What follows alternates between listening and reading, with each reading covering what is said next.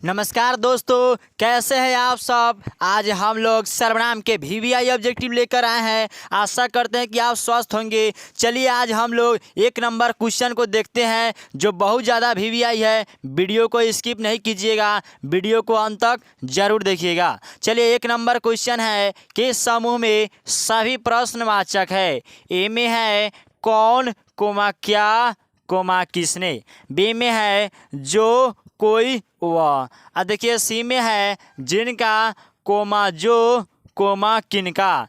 D में है जिन्होंने कोमा उन कोमा पर कोमा उसको।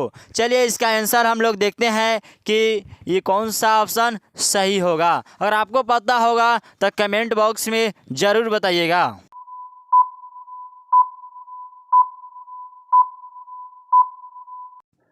चलिए इसका सही आंसर हो जाएगा ऑप्शन नंबर ए, कौन कोमा क्या कोमा किसने। यानी देखिए प्रश्न सबसे पहले पूछा गया है कि किस समूह में सही प्रश्नवाचक है, यानी प्रश्नवाचक सर्वनाम कह रहा है। देखिए सबसे पहले हम प्रश्नवाचक सर्वनाम का परिभाषा जानेंगे कि क्या होता है। प्रश्नवाचक सर्वनाम का परिभाषा यह होता है जिससे प्रश्न का बोध हो, यानी क्या हो, केवल प्रश्न ही पूछा जाए, वह क्या होता है, वह प्रश्नवाचक सर्वनाम। जैसे में देखिए इसका उदाहरण है, ऑप्शन यही में है सही, कौन कोमा क्या कोमा किसने। बी में देखिए जो कोई वह, ये तो कोई क्वेश्चन पूछ नहीं रहा है। सी में है जिनका जो कोमा किनका, यह भी कोई प्रश्न नहीं पूछ रहा है। डी में है जिन्होंने कोमा उन कोमा पर कोमा उसको, तो इसमें तो कोई प्रश्न का बात ही नहीं है, इसलिए इसका सही आंसर हो जाएगा ऑप्शन नंबर ए।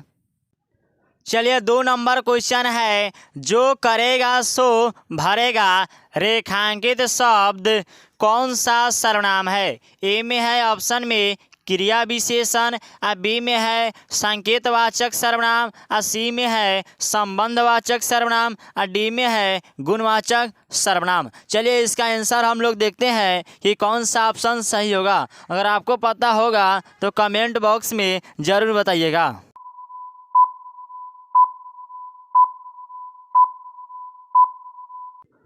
चलिए इसका सही आंसर हो जाएगा ऑप्शन नंबर सी, संबंधवाचक सर्वनाम। सबसे पहले संबंधवाचक सर्वनाम का परिभाषा समझिए, तब आपको समझ में आएगा यह क्वेश्चन। देखिए संबंधवाचक सर्वनाम का परिभाषा यह होता है जिससे संबंध जोड़ा जाए, यानी संबंध स्थापित किया जाए, वह संबंधवाचक सर्वनाम कहलाता है। जैसे उसका पहचान होता है जो सो होता है, यानी उसका विभक्ति चिन्ह क्या होता है, जो सो होता है। चलिए इसका आंसर जैसे हो जाएगा ऑप्शन नंबर सी हो जाएगा संबंधवाचक सर्वनाम। जैसे देखिए जो करेगा सो भरेगा, यानी जो करेगा सो क्या करेगा, जो और सो मिलकर क्या कर रहा है, संबंध जोड़ने का काम कर रहा है, इसलिए यह कौन सा सर्वनाम हो जाएगा, संबंधवाचक सर्वनाम हो जाएगा।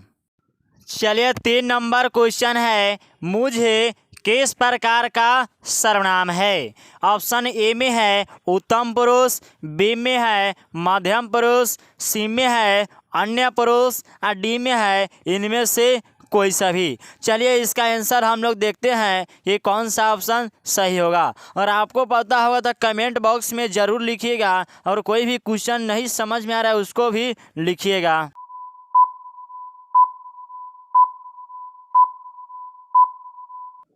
चलिए इसका सही आंसर हो जाएगा ऑप्शन नंबर ए, उत्तम पुरुष।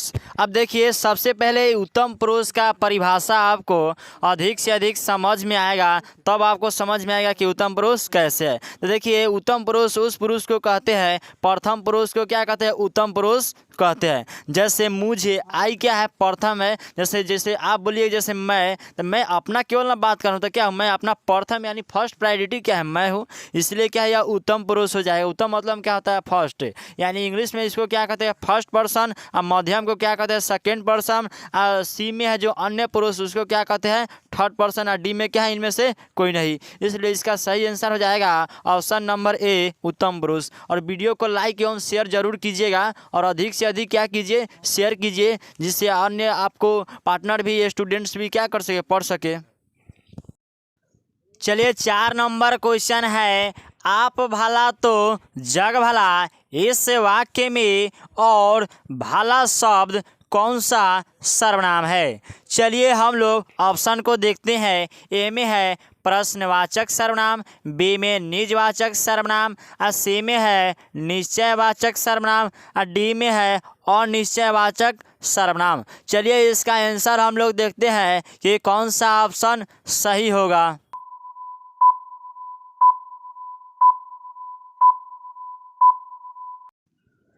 चलिए इसका सही आंसर हो जाएगा ऑप्शन नंबर बी, निजवाचक सर्वनाम। यानी आप भला तो जग भला, इस वाक्य में कौन सर्वनाम है? निजवाचक सर्वनाम। सबसे पहले निजवाचक सर्वनाम का परिभाषा समझिए। जिससे निज या स्वयं का बोध होता है उसे निजवाचक सर्वनाम कहते हैं। जैसे आप भला तो जग भला, यानी अपना भला करिएगा तब ना पहले जग का भला करिएगा। इसमें क्या है? स्वयं का बोध हो रहा है कि नहीं? जिसमें स्वयं का बोध होगा वह कौन सा सर्वनाम हो जाएगा? निजवाचक सर्वनाम। इसलिए इसका ऑप्शन सही है ऑप्शन नंबर बी। चलिए 5 नंबर क्वेश्चन है, मैं अपने आप वस्त्र साफ कर लेता हूँ, इस वाक्य में कौन सा सर्वनाम है? ए में है प्रश्नवाचक सर्वनाम, और बी में है निश्चयवाचक सर्वनाम, और सी में है निजवाचक सर्वनाम, और डी में है संबंधी निजवाचक सर्वनाम। चलिए इसका आंसर हम लोग देखते हैं कि कौन सा ऑप्शन सही होगा।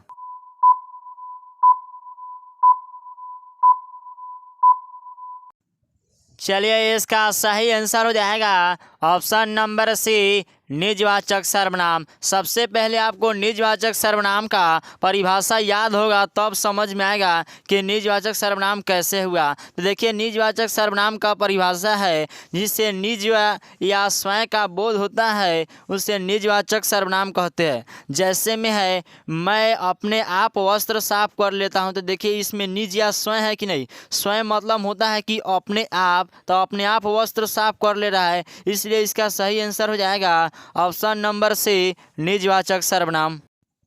चलिए 6 नंबर क्वेश्चन है, वह आपके वहाँ ही चला गया, इस वाक्य में कौन सा सर्वनाम है? चलिए हम लोग ऑप्शन नंबर को देखते हैं कि कौन सा ऑप्शन सही है। ए में है पुरुषवाचक सर्वनाम, बी में है निजवाचक सर्वनाम, और सी में है निश्चयवाचक सर्वनाम, और डी में है संबंध निजवाचक सर्वनाम। चलिए इसका आंसर हम लोग देखते हैं कि कौन सा ऑप्शन सही होगा। और आपको पता होगा तो कमेंट बॉक्स में ज़रूर बताइएगा।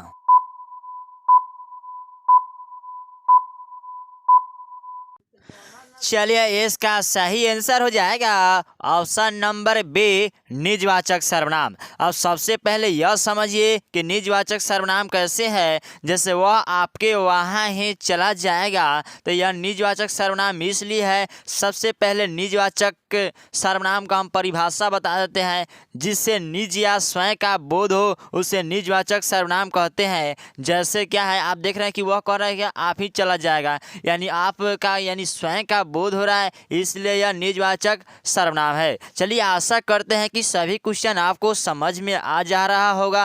अगर कोई भी क्वेश्चन नहीं समझ में आएगा तो कमेंट बॉक्स में ज़रूर लिखिएगा। चलिए 7 नंबर क्वेश्चन है, हिंदी में कुल कितने सर्वनाम है? ऑप्शन नंबर ए में है 5, बी में है 9, सी में 11 और डी में 12। चलिए इसका आंसर हम लोग देखते हैं कि कौन सा ऑप्शन सही होगा।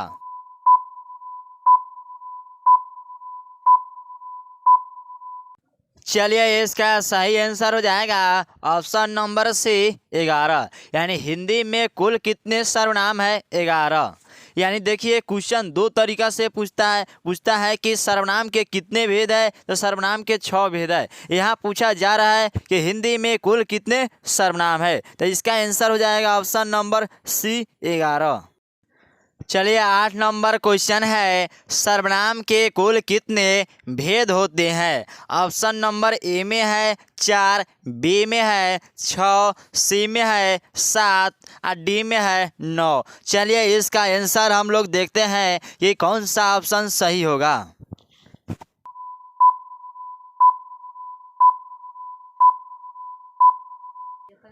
चलिए इसका सही आंसर हो जाएगा ऑप्शन नंबर बी 6। यानी सर्वनाम के कुल कितने भेद होते हैं? 6। चाहे इस क्वेश्चन को एक और तरीका से पूछा जाता है कि सर्वनाम के कितने भेद हैं, तो आपका आंसर हो जाएगा ऑप्शन नंबर बी 6। चलिए 9 नंबर क्वेश्चन है, निम्नलिखित में से कौन सा शब्द सर्वनाम है? ए में है नींद, बी में है रोग, सी में है सफाई और डी में है कौन? चलिए इसका आंसर हम लोग देखते हैं ये कौन सा ऑप्शन सही होगा।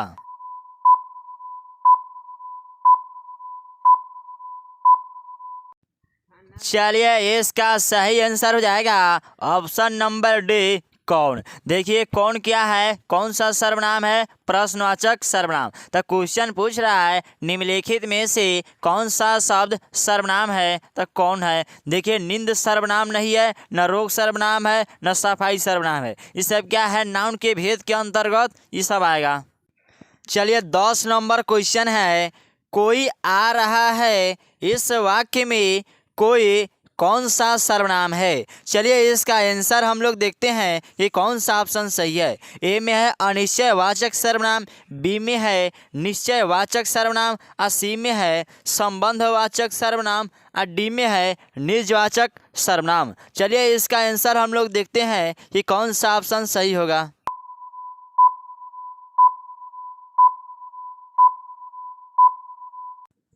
चलिए इसका सही आंसर हो जाएगा ऑप्शन नंबर ए अनिश्चयवाचक सर्वनाम। यानी कोई आ रहा है, इस वाक्य में कोई कौन सा सर्वनाम है? अनिश्चयवाचक। इसलिए क्योंकि इसमें अनिश्चय का बोध करा रहा है। जैसे कोई आ रहा है, इसका मतलब यह होगा कि कोई भी आ जाएगा, यानी अनिश्चय है, इसमें निश्चय का बोध नहीं है। इसलिए इसका सही आंसर हो जाएगा ऑप्शन नंबर ए अनिश्चयवाचक सर्वनाम।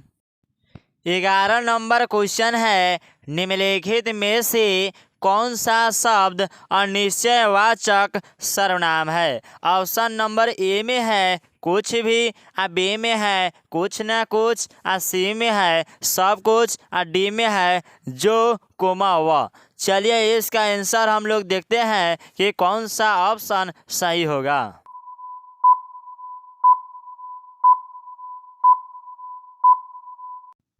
चलिए इसका सही आंसर हो जाएगा ऑप्शन नंबर डी जो वह। यानी अनिश्चयवाचक सर्वनाम इसमें कौन है? जो वह। अनिश्चयवाचक सर्वनाम का मतलब होता है जिससे अनिश्चय का बोध हो। जैसे जो वह है, मतलब जैसे मतलब आप किसी को बोल दीजिए, जैसे उसको बोल रहे हैं, इसको बोल रहे हैं, तो क्या है? अनिश्चय का बोध करा रहा है। इसलिए इसका सही आंसर हो जाएगा ऑप्शन नंबर डी। चलिए 12 नंबर क्वेश्चन है, निम्नलिखित जोड़ों में से उत्तम पुरुष वाले जोड़ों की पहचान करिए। चलिए इसका ऑप्शन हम देखते हैं ये कौन सा ऑप्शन होगा। ए में है मैं हम, बी में है तो तुम, और सी में है वह से, और डी में है इनमें इन्होंने। चलिए इसका आंसर हम लोग देखते हैं कि कौन सा ऑप्शन सही होगा।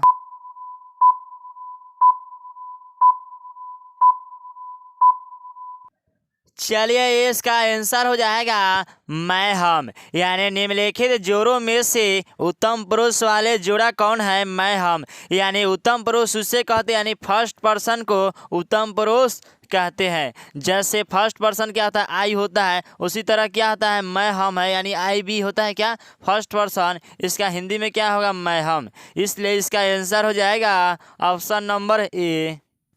चलिए 13 नंबर क्वेश्चन है, निम्नलिखित में से कौन सा सर्वनाम का भेद नहीं है? ए में है पुरुषवाचक, बी में है गुणवाचक, और सी में है निजवाचक, और डी में है प्रश्नवाचक।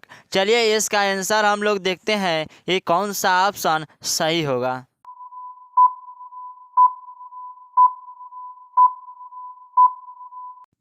चलिए इसका सही आंसर हो जाएगा ऑप्शन नंबर बी गुणवाचक। यानी निम्नलिखित में से कौन सा सर्वनाम का भेद नहीं है? गुणवाचक। देखिए ऑप्शन ए में है पुरुषवाचक सर्वनाम भी क्या है, सर्वनाम का भेद है। और सी में है क्या, निजवाचक भी है। और डी में क्या, प्रश्नवाचक भी है। यानी सर्वनाम के कितने भेद होते हैं, 6 गो भेद होते हैं, लेकिन गुणवाचक क्या है, गुणवाचक भेद नहीं है। इसलिए इसका सही आंसर हो जाएगा ऑप्शन नंबर बी। चलिए 14 नंबर क्वेश्चन है, हम ताजमहल देखने जाएंगे, इस वाक्य में हम कौन सा सर्वनाम है। ए में है निजवाचक सर्वनाम, बी में है पुरुषवाचक सर्वनाम, और सी में है निश्चयवाचक सर्वनाम, और डी में है अनिश्चयवाचक सर्वनाम। चलिए इसका आंसर हम लोग देखते हैं, ये कौन सा ऑप्शन सही होगा।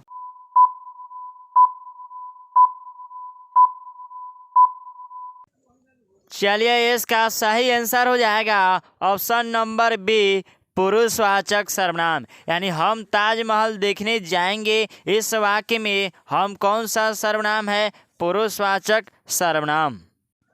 चलिए 15 नंबर क्वेश्चन है, इनमें से किस सर्वनाम में कोई और कोच का प्रयोग किया जाता है। ए में है पुरुषवाचक सर्वनाम, बी में है अनिश्चयवाचक सर्वनाम, और सी में है निजवाचक सर्वनाम, और डी में है निश्चयवाचक सर्वनाम। चलिए इसका आंसर आप लोग को कमेंट बॉक्स में बताना है, और इस वीडियो से कुछ भी न समझ में आए उसके भी कमेंट बॉक्स में क्या करना है, लिखना है। और इस वीडियो को लाइक कर लीजिएगा, क्योंकि यह वीडियो बहुत ज़्यादा VVI होने वाला है बिहार बोर्ड एग्ज़ाम की दृष्टि से। और इस वीडियो से आपकी क्या राय है उसको भी कमेंट बॉक्स में ज़रूर लिखिएगा, और इस वीडियो में आपको क्या समझ में आया और क्या नहीं समझ में आया उसको भी ज़रूर लिखिएगा। चलिए फिर मिलते हैं हम लोग अगले वीडियो में।